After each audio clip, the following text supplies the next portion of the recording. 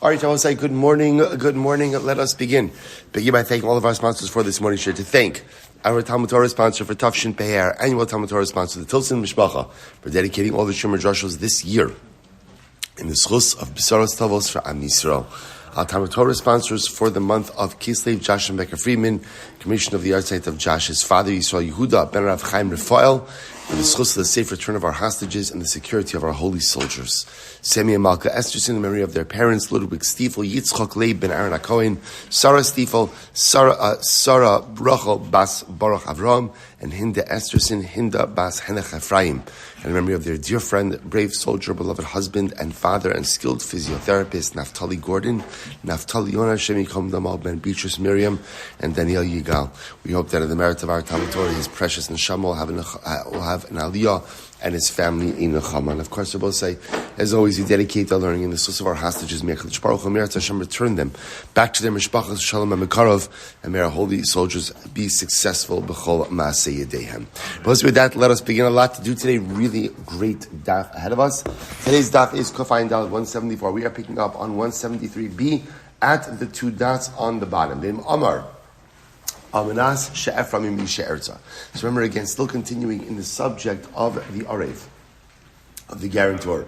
So remember again, we saw in yesterday's idea, yesterday's Gemara, one of the primary concepts about an Arev is that halacha l'maisa, you can't go to the Arev first. You can't go to the guarantor first. Now the truth is, the Gemara dangled in front of us that perhaps there is a concept or a construct of arvos, of guarantorship, that allows the lender to go to the Arev first, but in general, you have to go to the borrower before you go to the guarantor. The Mishnah, however, spoke about a case that if halacha l'maisa, when the lender, so let's say Reuven is lending Shimon money, if Reuven said, and let's say we'll call it Levi is guaranteeing, so if Reuven says to Levi, essentially I'm lending Shimon money with you as a guarantor, but I reserve the right to collect from whoever I want, meaning again, Reuven says, if I want to go to borrow, I'll go to borrow. I want to go to lender, I'll go to lender. I reserve to go to whoever I want. That Reuven, the lender, has the right to do that. So says the Gemara, Amar Rabba bar bar Chana, Amar Rabbi Yochanan, Lo shanu ela shenechasim lelova. When does a lender have a right to go and collect money from a guarantor? Only when the borrower has no assets. Now, both said this is not a new halacha.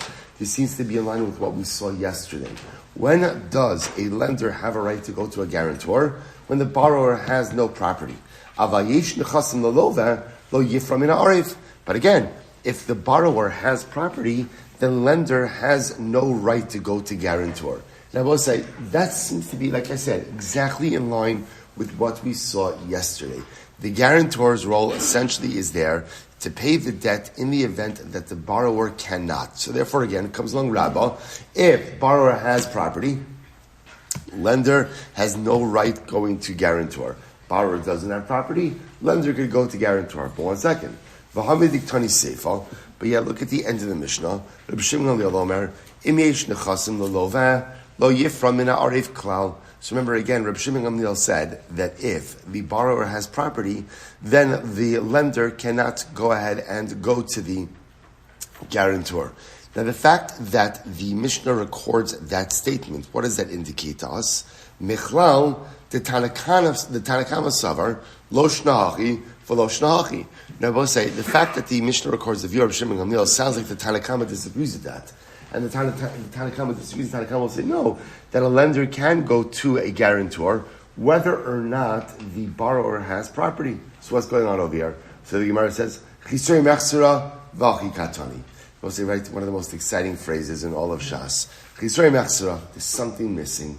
You were missing. And I will say, there's no greater simcha in life than when you thought you had everything figured out, but then nothing made sense. And then you realize you are missing information. And suddenly with this little piece of information that drops into your life, you have complete clarity on everything.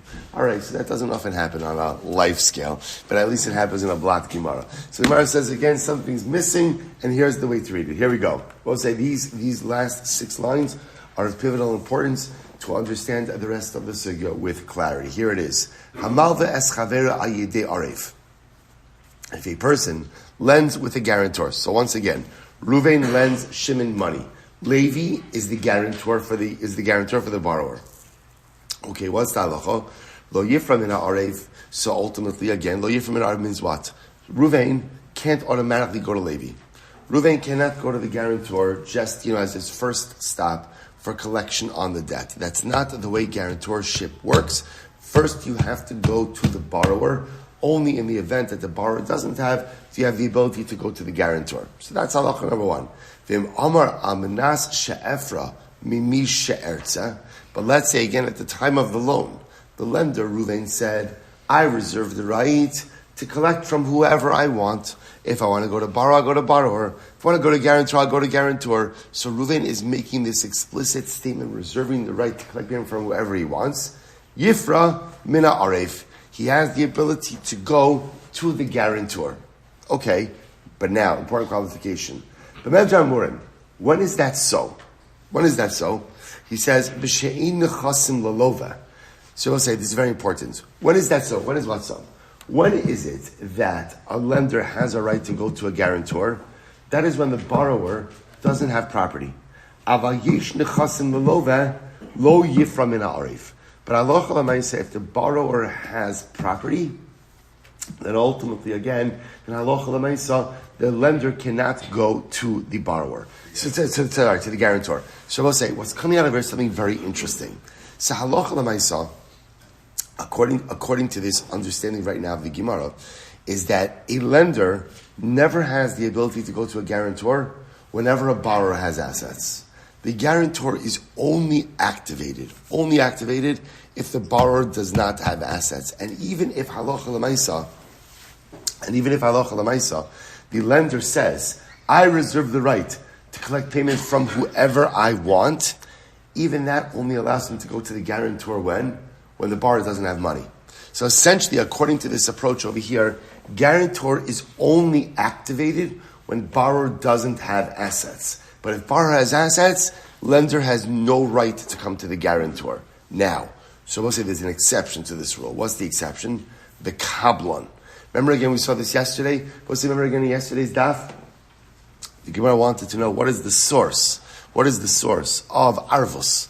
What is the source ultimately again that a person can be a guarantor? Remember again, what did he quote? Quote from the Chumash. Yehuda and Binyamin.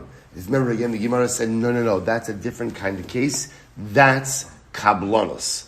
So there is a heightened form of guarantorship that the Gemara calls kablonos. Now again, let's look at the Gemara. The kablon, again, if the guarantor steps in as a kablon, afa pi sheyesh nechasim lelova lo yifra min hakablon. I'm sorry, yifra min hakablon, sorry. But let's listen to this. Kablonos is a heightened level of arvos. So in other words, and what does kablonos say? Kablonos essentially says that a person agrees to be a guarantor and agrees to be a source of repayment even if the borrower has assets. So essentially what we're being introduced to now is just two different types of guarantorship. This is what we call an arev. And how does an arev work? Essentially, an arev is only activated when halacha l'maaseh the borrower has no funds. If he has no money, has no assets, then you could go to the guarantor and you could collect money. A kablon is a heightened level of responsibility where the guarantor says, you could come to me first stop. Come to me first stop. I'm happy to take the responsibility. You don't even have to knock on the lender's door. On the borrower's door. So when the borrower has money, the borrower doesn't have money, you lender have the ability to come to me for payment. That's the kablon. So you guys said, kablon, afapi sheyish nechasim lalove, yifra min kablon. When it comes to a kablon, even if the borrower does have money, halacha l'maaseh, lender has the ability to go to the kablon for repayment. Incredible. Top of Kufay and Daled 174. It says the Gemara. Rabbi Shmuel Silber says, Im yesh nechasim l'lova, echad zeh ve'echad zeh lo yifra mehen. So we'll say, interestingly enough, Rabbi Shmuel comes along and says, if the borrower has assets, then ultimately, again, whether the guarantor is an arif or whether the guarantor is a kablon, the lender cannot collect from the guarantor. So this is very interesting. So Rav Shmuel essentially is being more machmir than the Tanakama. And Rav Shmuel is saying is, if bottom line, according to Rav Shmuel, if borrower has assets, there's no guarantorship that's activated, which, again, it's actually logical, because the whole chap of a guarantor is someone who is there to secure the repayment of the debt in the event that the borrower is unable to do so. Take a look at the top Rashbam.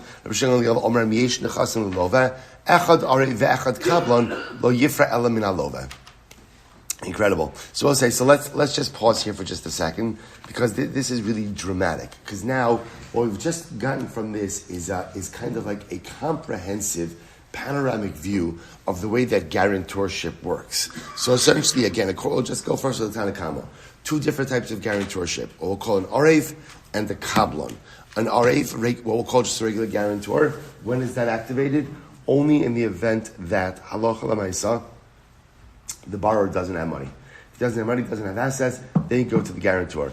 And even if the lender says, I reserve the right to collect from whoever I want, halacha l'maisa, he still can't go to the guarantor if the borrower has money. That's arev. Kablon is a heightened level of guarantorship. And what Kablon essentially says is, Levi, the guarantor, is saying, I am essentially, we'll say essentially what Kablon is. Kablon is essentially the guarantor stepping into the role of the borrower. That's essentially what it is. I'm assuming the responsibility of a borrower. And therefore, halacha l'maisa, come to me no matter what. That's Tanakama. Rabbi Shmuel says no. Anytime borrower has assets, whether the guarantor is an arev or a kablon, halacha l'maisa, you go to the borrower. Only in the event that the borrower doesn't have assets can you go to the guarantor. Incredible. So we'll say, this is beautiful. This is absolutely beautiful. So now again, this is our construct for guarantorship right now. So let's go weiter. Says the Gemara. Amar Rabbi Baruch Avraham, Amar Rabbi Yochanan. In general, Rabbi Baruch Avraham says, whenever you see Rabbi Shmuel quoted, generally the halacha always follows him, right? Except when it doesn't, right? And when doesn't it? Three cases. The Gemara says, Chutz me'arev, that's our case. Sidon, which is a case in Gittin in Sidon, in the city of Sidon, Lebanon. Viraya Achrona, and the halacha, and a case concerning introducing new evidence, which we're not going to get into these cases. Point over here, what I want to make to is the Gemara making a declarative statement that the halacha does not follow Rabbi Shmuel Gamliel in this case over here of Arvus, and therefore the halacha follows the construct as we just outlined this. Therefore, both say what we are essentially with the premise that the Gemara we just reject Rabbi Shmuel Gamliel, and therefore the premise we're operating on is as follows: when is a regular arev activated? Only when there is no money for the lova, for the borrower. So again, Shimon has no money, Levi, the arev, will be activated. But if Levi is a kablon actually pretty much stands in the place of the borrower, and a kablon could be petitioned for repayment even if the borrower has money. So that's the construct we're going with now. Here we go. So now we're getting into some wording over here, right? Because obviously, now what it turns out is, interestingly enough, I would imagine that even in secular law, there's different levels of guarantorship like this. I would have to imagine, right? But Lamaisa, the Gemara says over here. So interestingly enough, now everything is going to depend on how you engage the guarantor, right? What's the lashon that you're going to use? Here we go. Amar Huna, Helveo va'ani arev.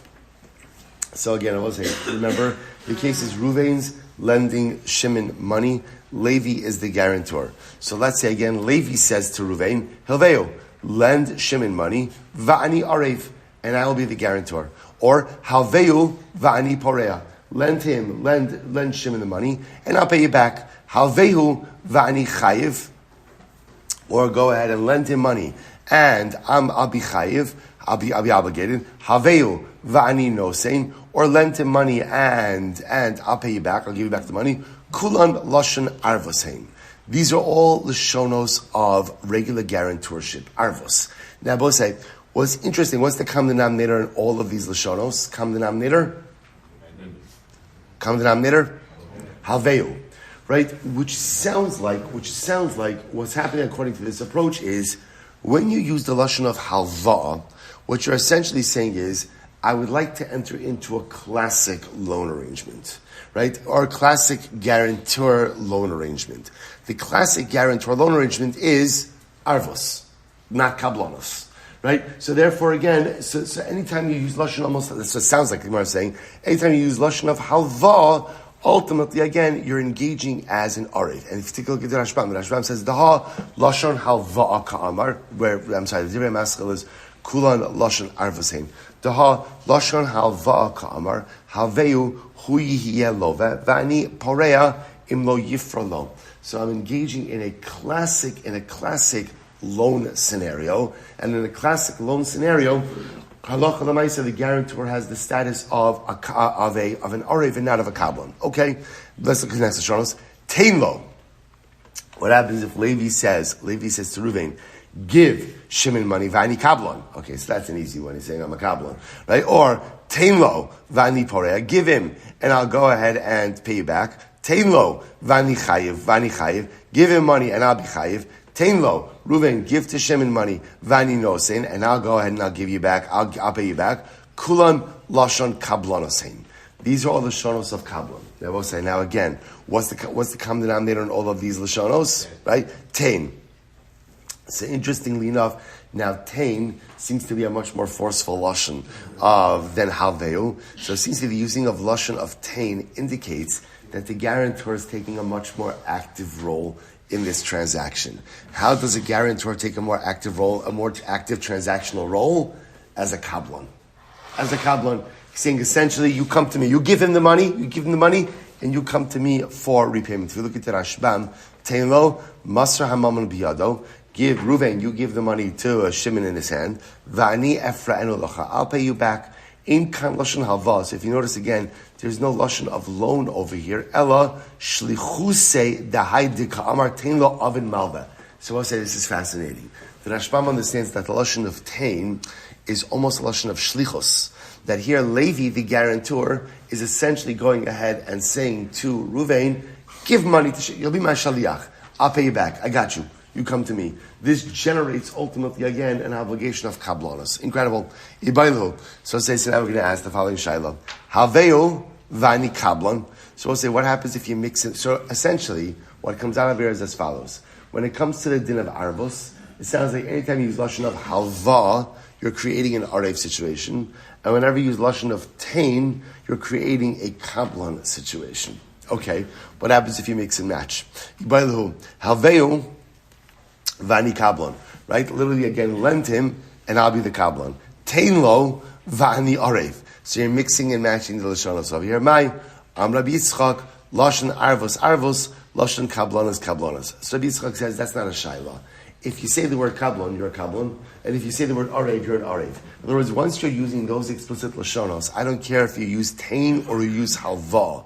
If you're saying kablan, you're a kablan. If you're saying arev, you're an arev. Rav Chisda said, really, kulan lashon kablanasein bar mehalveu vani arev. So we'll say this is actually interesting. Rav Chisda says the truth is, in general, it sounds like Rav Chisda saying the default is kablanos, unless of course you use an explicit lashon of arev, which is quite a fascinating. So Rav Chisda seems to say like the default setting of arvos is to be a kablan. Heightened level of guarantorship, which is actually quite interesting, becomes Rava, which is how we pass in halacha l'maisa. Rava Amar kulan lashon arvosein bar mitein lo vani nosein. So we'll say, so ultimately again, Rava says no, just the opposite. In general, almost every single lashon that we use is going to be a lashon of kablanos, unless of course, it's going to be a lashon of arvos, unless of course the guarantor says tein lo, give him the money, and now I'll give it back to you. And I was like, obviously, if Levi the guarantor says, give him the money and I'll be a kablan, obviously that's a kablanos. But absent that lashon of tain lo, so tain, remember again, not havel tain, which sounds like a shlichus, va'ani nosein, and I'll give it back to you, is a lashon ultimately of kablanos. Shabbos say, brother, you have to, the Rambam Paskins like Rava, so which is very important. The default setting of guarantorship is arvos, not kablanos. That's the default, right? So again, anytime you're using any of these non-explicit lashonos, the assumption is that when Levi steps in to be a guarantor, what does that mean? That Levi is guaranteeing in the event that Shimon, the borrower, does not pay back and does not have the means to pay back, come to me for payment. Shimon has the means for payment, don't come to me. Don't come to me. If, however, again, Levi says, Tain lo, v'ani nosing, Reuven, give Shimon the money and I'll give back to you. Or, Levi were to say, I'm a kablon, in that case, he would be a kablon type of guarantor. Remember again, in a kablon type of guarantor, Reuven, the lender, could even come to him first for repayment, even before he goes to the borrower. Incredible. Amar bar Meimar Ravashi. Hachi Amar Abba. So Mar bar Meimar said to Ravashi, this is what my father said.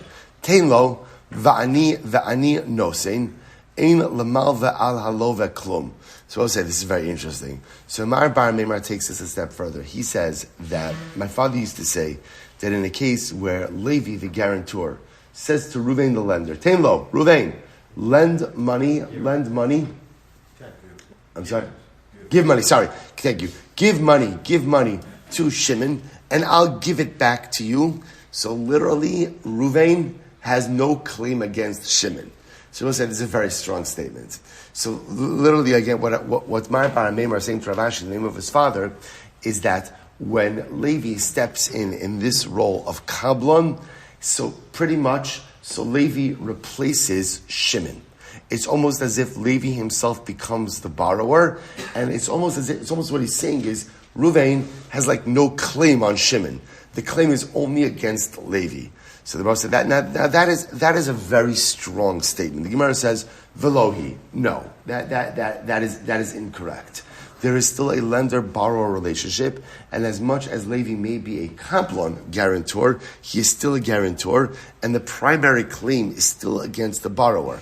However, listen to this, velohi, lo miftar lova minei demalva ad sheyisa v'yitin biyad. So Rabbi said, this is fascinating. Now, there is one way in which the claim would be from the lender to the borrower, from the lender to the guarantor, and the borrower would be absent from this transaction. How would that happen? So we'll say, imagine the following scenario. So what happens? So Levi guarantor says to Reuven lender, Reuven, tein lo, right? Go ahead, give money to Shimon, vani no simcha, and I'm going to pay you back. So again, that makes him a kablon. Watch this. What happens if Reuven were to give the money to Levi? The guarantor, say, Levi, you take care of it. You want to give it to Shimon? You give it to Shimon. In a case like that, the Gemara suggests that halacha l'maisa, in that case, the claim is really just between Reuven and Levi, and in fact, Reuven has no right to go to Shimon. Which, by the way, it sounds, at first glance, it sounds shocking, right? But then when you digest it a little bit, it actually makes a lot of sense. Why? Because essentially in this particular scenario, pretty much Levi has stepped in as the borrower. So again, in general, halacha l'maisa, we would never say, even in a case of a kablon guarantorship, we would never say that the lender doesn't have the right to go after the borrower. Of course he has the right to go after the borrower. It's just a difference in a kablon guarantorship, the lender has the ability to even go after the guarantor first. However, if lender gives the money to the guarantor and says to the guarantor, the kablon, you, Levi, you give the money to Shimon. In that case, essentially, guarantor has become the borrower, and technically speaking, Reuven, the lender, has no right to go after Shimon for anything because his relationship really isn't with Shimon. His relationship is with Levi, the guarantor. So both say, so this is some good, again, always good to have conversation in case there's a lull, whatever, at the Shabbos table. So you can have, what is the scenario in which the borrower and the guarantor are the same person? How can you ever have a case of a borrower and a guarantor as the same person? That's this case, where the lender gives the money to an Arev Kablon. In that case, essentially, again, Levi is the guarantor, but essentially Levi also becomes the borrower to the point that Reuven can't even go after Shimon. Absolutely incredible. Okay, let's go weiter. Hahudaina. So we'll say, okay, we had a story time. Hahudaina, the achse l'mavel and achase delova, mikramei delitve lelova. So let's listen to this. There was the following scenario. Let's just use names to illustrate to make it a little bit easier. Reuven lent Shimon money. What happened? Shimon went ahead and defaulted. So Reuven goes to Beis Din, and what ended up happening over here is the judge ruled and allowed Reuven to go ahead and seize Shimon's property. Now, he did this without calling Shimon to Beis Din. In other words, there was no due process, right? What would normally happen is a borrower defaults, you bring him to Beis Din figures it out. In this case, the judge, for whatever the reason, decided to skip all of that and just gave Ruvain a heter to seize property from Shimon. Okay? So the Gemara says, what happened? Salke Rav Chanin Breid Rav Yemar. So ultimately, again, Rav Chanin Breid Rav Yemar went ahead and literally removed this dayan. He reversed the judgment. He said it's absolutely incorrect. Absolutely incorrect. He reversed the judgment. Amar Rava, man chachem leme'avet ki ha-milsa. So Rava said, wow, Rav Chanin Bar Yevar is so smart. So smart. How wise he was to reverse this judgment. Why? Listen to this, Rabbi saying. Ilav Rav Chanin Bar Yevar kasavar. Sorry, I've read that wrong. Amar Rava, man chachem leme'avet ki ha-milsa. Ilav Rav Chanin Breid Rav Yevar.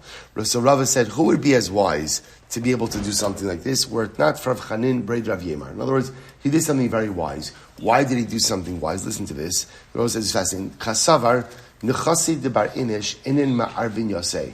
A person's property essentially are his guarantors. So Rose says this is fascinating, right? Remember again, Shimon borrows money from Ruvain. What happens any time that you borrow money, right? Your property becomes encumbered. That's what happens. Property is encumbered, which essentially means your property serves as your guarantor. A person's property is his guarantor. And what did we learn when it comes to guarantors? What did we learn? Hamalva es chavero al yedei arev lo yifra min ha'arev. So I'll say, what did we learn? Right, the Mishnah had this strange statement that if you lend money to someone who's a guarantor, lender doesn't have a right to go after the guarantor. And how did we explain that? V'kaim alon lo yitba arev tchila. And I want to say, how did we explain that? We explained that as you can't go to the guarantor before you go to the borrower. So I want to say, see what's happening over here? When Reuven lent Shimon money, so right, Shimon's the borrower, and Shimon's property are his guarantors. So in this case over here, Shimon wasn't repaying. This Dayan gave Reuven the right to seize property. But one second, you can't go to the guarantor until when? Until first you go to the borrower. So in this case over Rav Chanan said the judge ruled erroneously because he gave a right to the lender to go to the guarantor, quote unquote, to collect from the property before going to the borrower, and that is an erroneous ruling. Therefore Rav Chanan reversed it. Incredible. So the Gemara goes weiter. Hahu arva diyasmi depari lemalvim mekamed lo dino diyasmi. So we'll say, so okay. So now we're going to go through a couple of really interesting cases over here. So remember, let's go through what we have, right? So what we have is, number one, there's two different types of guarantors. There's an arev and there's a kablan, right? An arev could only be approached in the event that the borrower has no assets. A kablan could be approached even proactively, right? Lender could choose to go ahead and go to the kablan directly, totally bypass the borrower. There's even a more extreme case where essentially the kablan becomes the borrower himself. What's that case? That's a case where the lender gives the money to the kablan and tells the kablan to give the money to the borrower. In a case like that, the lender doesn't even have a right to go to the borrower because essentially the borrower, the kablan, right, the guarantor becomes the borrower himself.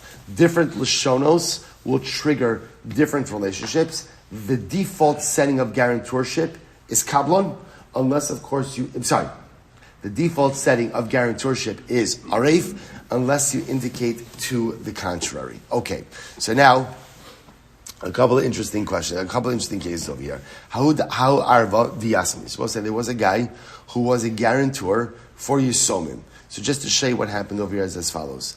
We'll call him Yaakov died. Yaakov left behind an estate. And he had three sons, Reuven, Shimon, and Levi.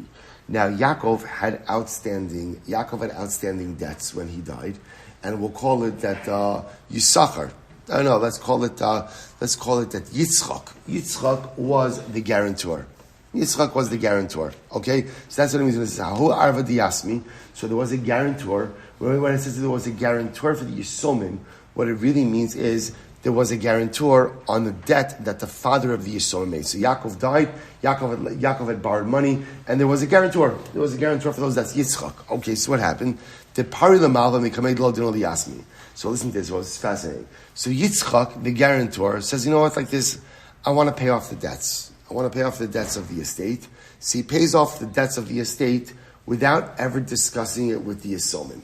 Now again, Yitzchak is the Arev. What's Yitzchak's cheshbon? And in Yitzchak's mind, right? So you ever have like a situation like this where in your mind you have everything planned out, right? There's only one problem, which is you never spoke about this with anyone, right? So there's other parties involved in this. You have a whole plan that involves multiple people, right? And in your mind, it's perfect. You're going to do this, you're going to do this, you're going to do this, but you never bothered to inform anyone else of this grand plan. So what happened? Yitzchak the Arev has this great plan. What's his plan? I'm going to be the hero. I'm paying off the debt for the Yisomim, and then what? Of course, what is he going to do? What is he going to do? He's going to come back and collect it from the estate. Or he's a hero, not that big of a hero. In other words, I'm going to pay. I want to kind of wipe the slate clean for the Yisomim. I'll pay off the debt, and then I'll come back and recollect from the estate. Okay, sounds like a pretty good plan. So what? So the Gemara said the party say, but the only problem is he never told the Yisomim about this. By the way, if you take a look into Rashbam for just a moment, it's in the intermediate lines, about 3 lines in Ahu Arva Diasmi, Aviyam Lava B'chayev. So here the Rashbam spells out the case. So remember again, the father, we'll call him Yaakov, borrowed money during his lifetime. V'zen na'asa arev l'malva b'shvilo, u'la'achar mosa para arev tchila, mikamei dinat vino liyasmi, klor mishalo para, v'lo mishal yisomim, shalo hifsik l'tavam. So just so you understand, in this case over here, the creditor, no one has come forward to claim money against the Yisomim yet.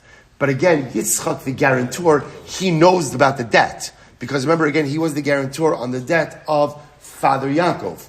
Right? So here, the guarantor figures, let me just pay it off. Right? No one asked. Right? The creditor has not come knocking. The Yisomim may be aware, may not be aware, but again, the guarantor figures, let me do this, wipe out the debt of the estate, and Shalom Yisrael, and I'll come back and collect from the estate. So now can he collect? Samra Papa, no. Priyas Balchov Mitzvah, V'yasmi Lav B'nei Avid Mitzvah Nenu. So also there's an interesting lashon over here. So Rabbi Papa says, the repayment of debt is a mitzvah, and Yisomim are not obligated in mitzvahs. Okay, so now what does that mean? So I'll say, so first of all, so just to give a little bit of color to this. So something interesting happens over here. When Yitzchak the guarantor pays off the debt is paid. Which essentially now means that the estate owes Yitzchak the guarantor money. So there's a debt that's owed to Yitzchak. So Rashbam points out something fascinating. That debt that is owed is what's called, bless you, is a milva al peh, is an oral transaction. Because remember again, there's no shtar. There's no shtar. The shtar that existed was between Yaakov and the creditor. So now there is an oral loan. There's an oral right. There's a verbal loan that exists. So again, there is a mitzvah. So take a look at the Rashbam now. Priyas Balchov mitzvah. Ha'arev ato nase Balchov umalva al pehu. So remember again, the arev, now the guarantor, becomes the creditor. It's a verbal loan. U'mitzvah laparo. V'im yisom pechusim yud gimel delab b'nei avid mitzvah ninu v'chigad v'shtay bedina. So again, assuming the yisomim are minors, if they're minors, they're not necessarily obligated to go ahead and in mitzvahs yet. So because of that, he would have to wait till they get to the age of majority. Then he could bring them to Beis Din. And once they're in Beis Din, they could go ahead and adjudicate this particular issue. But Papa says essentially, assuming we're dealing with minors, halacha l'maisa. So again, it's not saying that Yitzchak, the guarantor, can't collect. But he's going to have to wait, and he's going to have to go through a judicial process. He's going to have to go to Beis Din. Again, not in a contrarian way, but just like anyone else who wants to collect from an estate. So Rav Huna Yeshua Amar, Eimar Tzrari At B'sei. So we'll say, interestingly enough, Rav Huna Yeshua agrees. He agrees that Yitzchak, the creditor, cannot collect from the estate. But he says for a different reason. We're concerned that maybe Father Yaakov prepaid the debt before he died. Maybe he deposited money with the creditor before he died. You see this motif that people do not want to die with outstanding debts. Right? People want to know that their debts are paid up before they go to the Olam HaEmes. So Rav Huna Yeshua says that here Yitzchak, the creditor, Yitzchak, the guarantor, paid. But for all Yitzchak knows, before Yaakov died, he already paid the debt. So because he already paid the debt, we can't just allow Yaakov, the creditor, to collect from the estate. So the Gemara, all the days will say. So my benayim. So we'll say, interestingly enough, the Gemara says, okay, now they're both kind of saying the same thing, which is that everyone is agreeing that even though Yitzchak, the creditor, seemingly did a very nice thing by paying back the debt, he can't collect from the estate. And they're both saying the same thing. So that's the practical difference between these two opinions. Ikibenayu kishechayiv moda. So we'll say a good nafkamina would be, in let's say a case where Yaakov on his deathbed admitted that the debt was not paid. So therefore again, according to Rav Huna, Rav Yoshua, obviously he's admitting that he hasn't paid it. But according to Rav Papa, the estate would still not be obligated to pay it because this is now only a verbal loan, and therefore again you'd have to wait until the Yisomim come of age, and only then could Yitzchak, the guarantor, collect. Inami tishamtu umeis b'shamtei. Either that, or Rabbi said the loan was due already before Yaakov died. Yaakov was in default.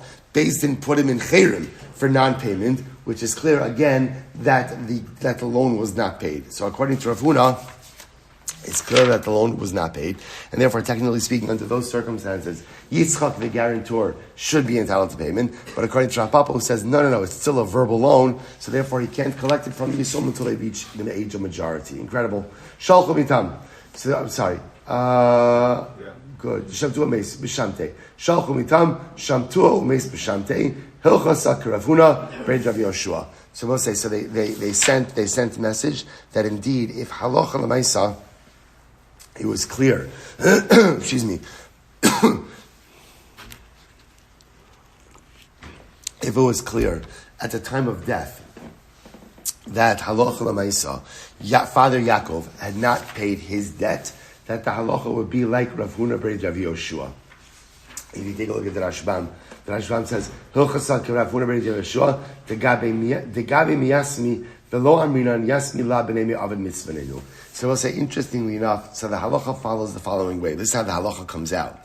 So in this case, where Yitzchak, the guarantor, did something nice, repaid the debt of the Yisomim, of the estate, without talking to anyone about it. So what happened? Now, can he collect from the estate? So essentially the Gemara says like this: if we know for sure that the debt has not been paid, we know for sure that it has not been paid, either again Yaakov admitted on his deathbed that it wasn't paid, or he was excommunicated for non-payment of the debt at the time of his death, then halacha l'maisa, we paskin like Rav Huna, and guarantor, Yitzchak, the guarantor, can get repayment from the estate. If, however, again, we're not sure about the status of the debt, then in that kind of case, Yitzchak, the guarantor, would have to wait until the Yisomim reach the age of majority, and then again go through the proper legal channels to try to get repayment for the debt. Incredible. So May says, Rezekasha, Orev Shahayishtachal Yotzi Mitachos Yado. So we'll say, if you have an Orev, a guarantor, right? And the guarantor has the loan document. Now both say, if a guarantor has a loan document, right? If you were to piece these pieces of information together, what narrative would you come up with? Right? He must have paid off the debt. In other words, the only way that a guarantor is going to be holding the loan document is if he actually paid off the debt. So now again, so now you have Yaakov who borrowed money. Yaakov borrowed money, and Yitzchak, the guarantor, is showing up with the loan document. So what's the halacha? In a gova, he cannot collect. Now again, these are all Yisomim cases, right? So in this case, so what's happening over here? So Yitzchak, the guarantor, is coming to now. Yaakov died. Yitzchak, the guarantor, is coming to the estate and saying, "Hey, Chevra, Yisomim, I paid off the debt of your father. Now pay me back." And again, he has the document to prove it. Say in a gova, he cannot collect. He cannot collect. Now, what does it mean he cannot collect? So Hashem points out over here, he can't collect until the Yisomim grow up. And once they grow up, he could go through the normative legal channels to collect from the estate. Interestingly enough, but if, let's say like this, if there's a note in the document, right? The lender wrote a note in the document, and in the note it says, I, the lender, received payment from Yitzchak the Kablan, then ultimately, again, he can collect with it. I was going to say, what's that? So the Gemara says, now, what's the difference in that? If you look at the Rashbam, so we'll say, the difference is like this. At the end of the day, is it possible that maybe the Malva dropped the star, and that's how the Kabbalah found it? Is it possible? It's possible. It's possible. And therefore, again, remember, we are hyper vigilant with the money of orphans in the estate. So because of that, even though you're the Aref, right, even though you are the guarantor, and you're showing up with the loan document, which under normal circumstances would seem to tell us that you repaid the debt, because it's Yisomim, we're going to wait till the Yisomim grow up, you'll adjudicate this out. If, however, again, there's a note, a certified note, has to be certified, obviously, certified note, that the lender says, I, lender, received the money from this Kablon, okay, then that's what we'll say, then that's indisputable, and therefore, Allah Chalamaysa, in that case, the Areg would be able to collect from the estate. So, Yisroel Yehuda. So I'll say, so ultimately, again, according to Yeshua, you could come up with this case where Yaakov the father died, and he admitted that he owed the money before he died. But according to Papa, even with a note from the lender, right, still is problematic, because Papa said just in general, halacha l'maisa, again, you have to wait till the Yisomim become of age.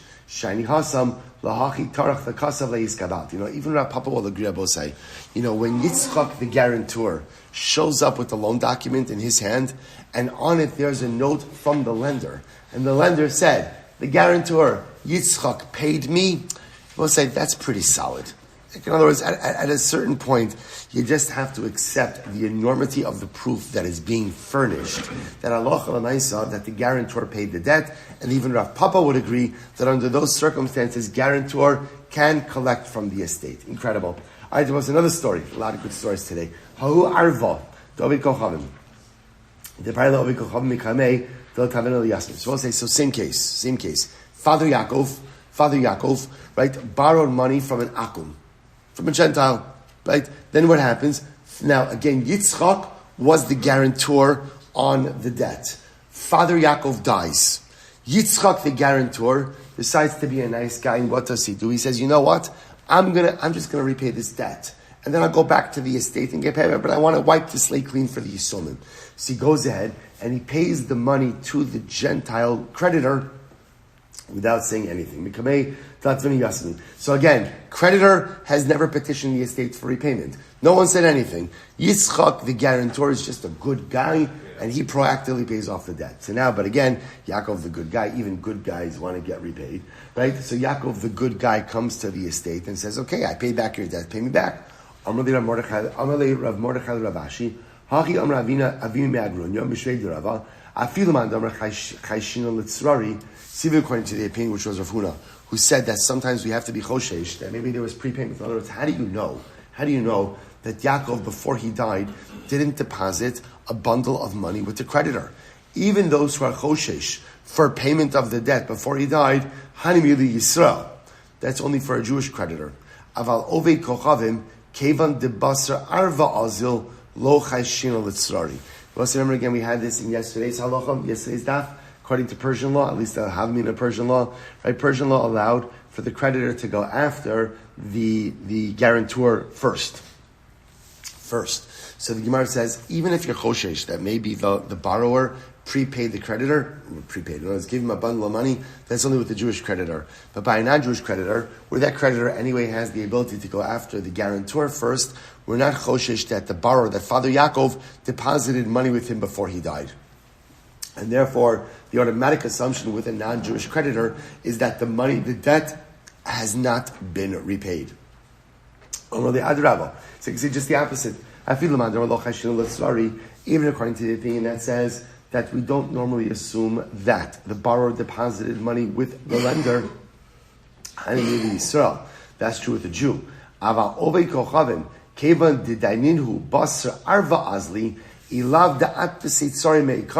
the Gemara can say just the opposite. What's just the opposite? The opposite would be is when I'm borrowing money from a non-Jewish lender, because it's known that the lender is going to go, has the ability to what? Go even after has the ability to proactively go after the guarantor. No one in their right mind is going to guarantee such a loan like that, unless, of course, what?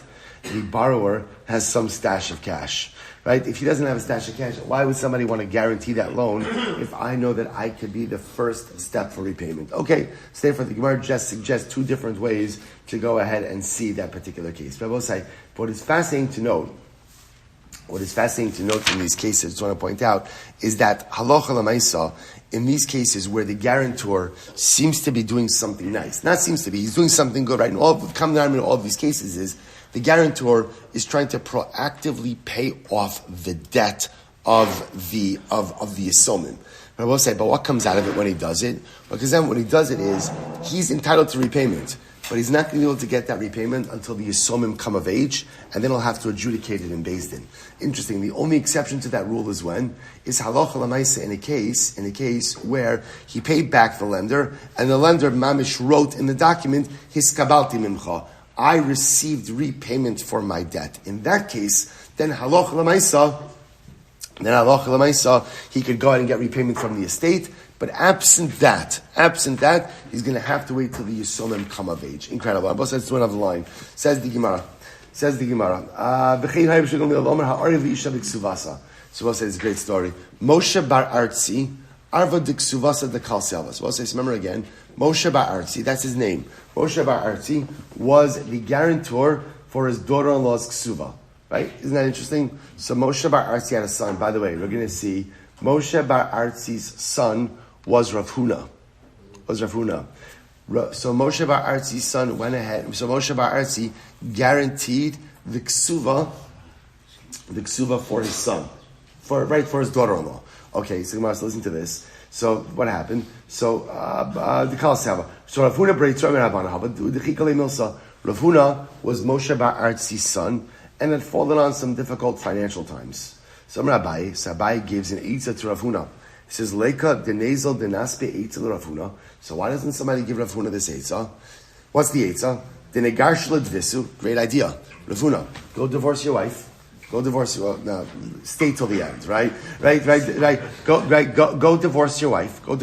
Remember again, when you divorce your wife, what do you have to do? You have to pay ksuva. Rav Huna, we have no money. The tezel v'tig big ksuva. So me'avua. All right, and what's going to happen? So Rav Huna, when you divorce your wife, you have no money. What's going to happen? Your father, Rav Huna, your father is the guarantor of the ksuva. Your father is going to have to pay out the ksuva of your wife, and then remarry her. And it's fantastic. Right? Just go ahead and do that. And Lamaisa, again, that's a good eitzah. Amalei Rava. So we'll say, 1 second, but you can't do that, right? You can't do this on many levels. But I will say, but Lamaisa, again, you can't do it because the Mishnah says, remember again, when a man divorces his wife, what does he have to do? If you're going to activate the guarantor to pay the ksuba, what do you have to do? The husband has to make a neder that his wife can't get any anah from him, and therefore can't remarry her. I just want to tell you something. Tremendous Moshe Haskell in this story, that sometimes, so obviously we don't know the family dynamics over here, but it is fascinating to see the length that people will go to avoid having direct conversations. Right? In other words, there's a much easier eitzah over here. Dad, I'm having some really difficult financial circumstances, right? Can you help me out? Now again, we don't know the dynamics over here, we don't know the circumstances over here, but I will say, but you should just know, as crazy as this sounds, it's maisim b'chol yom, that people create tremendous workarounds instead of having direct dialogue. Sometimes we're so scared to have a conversation with someone, and we're so scared to say things that may be difficult, that we'll do anything and everything but have the conversation. And we create these tremendous and dramatic workarounds in order to avoid the direct conversation when so much pain, so much difficulty, and so much convolution, I don't know if that's actually a word, but I like it, so much convolution, right, could have been avoided had you just had the courage to have the conversation. Also, I'm leaving you on a cliffhanger. We're stopping here mid-story. Yahrzeit of Josh to be continued tomorrow. Shkoyach. All right, Chevron, have a great day, everyone.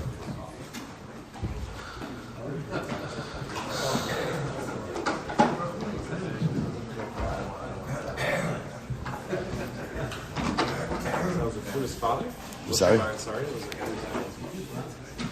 Martin didn't say why he wanted it for him. Sorry? Martin didn't indicate why he wanted it to pay off the He needs money. He wanted Why? Who wanted a So family? why did they want to? They had their money. They were poor. The couple was poor. They never got it. Correct. That's super money. I'm sorry. It's a good business model. Well, it could be a good business model. Yeah.